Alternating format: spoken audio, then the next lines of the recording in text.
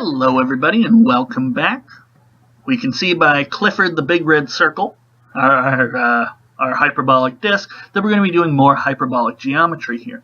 And in this video I'd like to show you a nice little construction, same sort of construction we saw in Euclidean space, as is the Euclidean plane, as is sort of the theme at this point. That with the straight edge and compass, as long as we've got them set to sort of the hyperbolic tool mode, or rather, we've created hyperbolic straight edge and hyperbolic compass, all our typical, or most of our typical Euclidean constructions still work. So we've got a point not on a circle here, we've got a circle here, and what are we going to do? We're going to create the tangents to this hyperbolic circle that pass through this point. Okay, well, how did we do that with the regular straight edge and compass in the Euclidean plane? Okay, well, we got ourselves 3 sets of chords. So that's what we're going to do. 3 sets of chords going through this circle.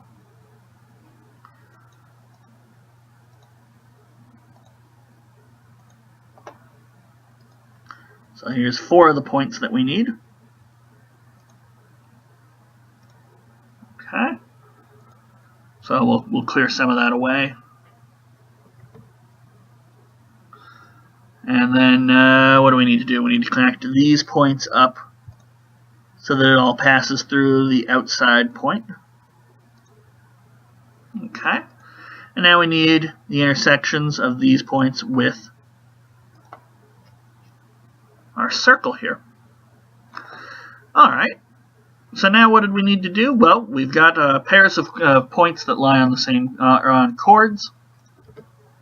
Now we just connect them up in pairs, crisscross style.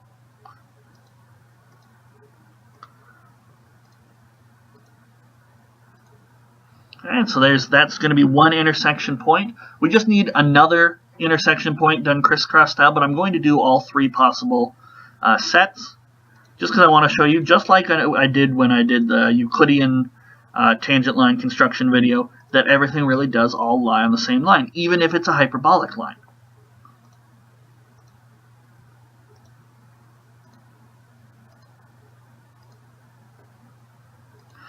Okay, so we'll highlight these guys to make sure I got the right intersections.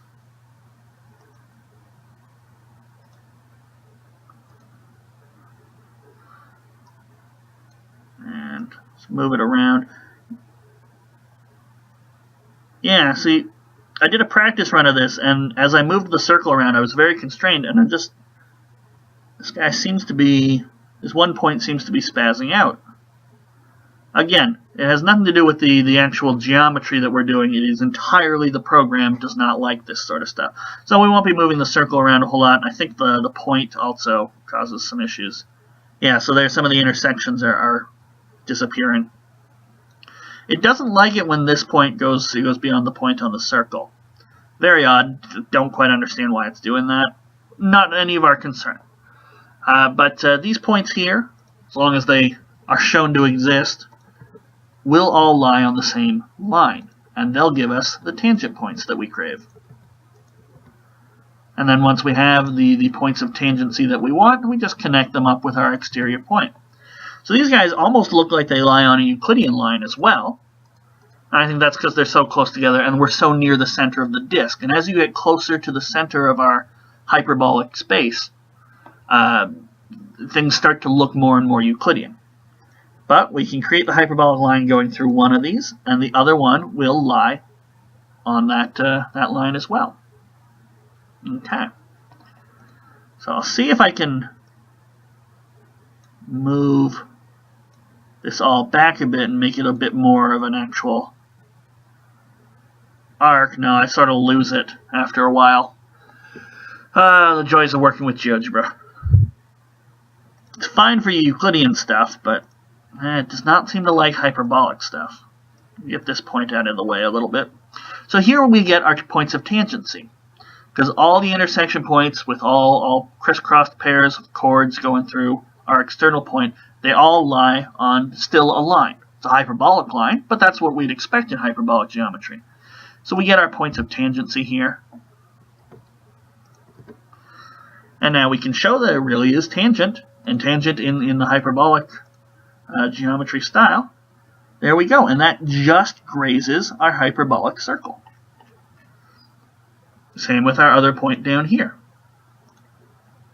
So we have, given a point not on a circle and a given circle, we've created the two tangent lines. I think that's pretty cool.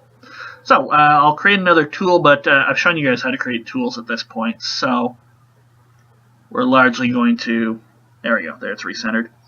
So I'm not going to show you that. We're just going to move on. In the next couple of videos, I think I will do some reflections in lines and points. So join me for that next time.